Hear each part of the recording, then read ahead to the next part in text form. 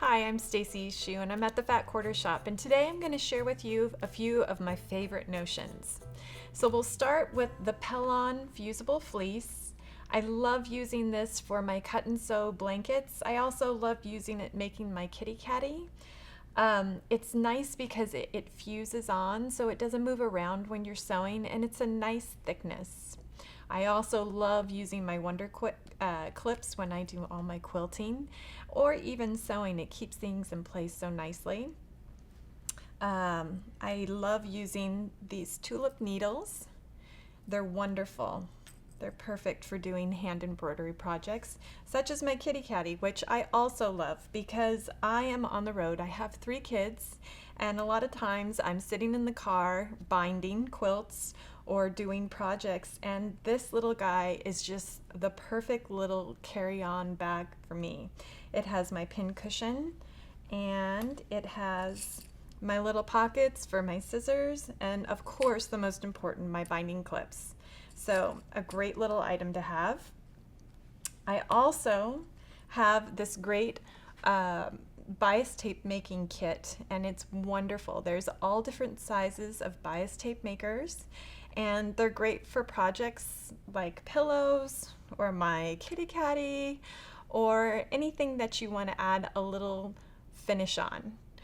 One of my favorite notions, and I received this at market a couple years ago, is my Maker's Gonna Make book. And I just love this book because it's where I start with all my quilt designs. And it's the right size because, again, I can take it in my car and go. It fits in my pocket, and I love sketching in it. And this is by Maker's Valley. It's wonderful. My seam ripper, my Fix-It seam ripper is awesome. I love using these because it has this nice little erase and it takes away all the stray threads, and so it works wonderfully. And of course, you have to have your rotary blade, and I love my Olfa rotary blade. It's a 4.5 millimeter, and it works so well for me, and I love it. Another bias tape maker, 1 inch. I usually like using the 1 inch flat and then folding it in half, and I feel like that size works well for a lot of my projects. I have my Fisker scissors, which I always have and always use. And then this little notion might seem weird, but I use it. It's a marking pen, and I used the bottom size of the marking marker, not the lid top, to put my stuffing into my dolls. And I've used many things. I've used the stick that comes in the stuffing sometimes, or other tools, but for some reason the circumference of this marker, it just works perfectly. And again, make sure you don't use the marker side, you use the bottom side so that the cap doesn't come off inside your doll. You don't want to do that. Another crazy notion that you wouldn't consider using for doll making, but I love using, is my crochet hook.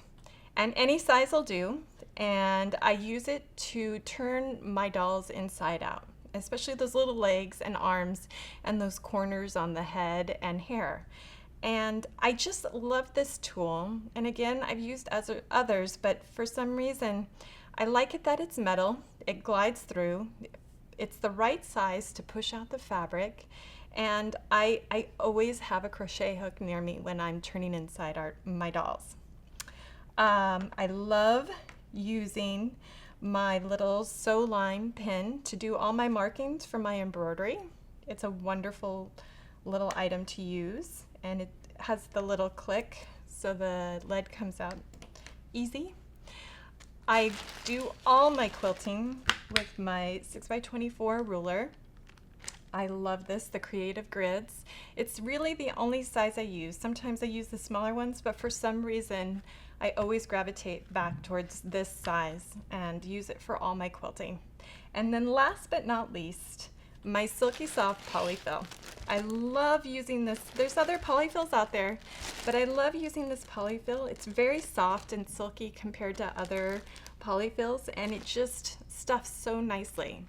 So these are a few of the notions I like to use, and I hope that they've been helpful for you. Thanks.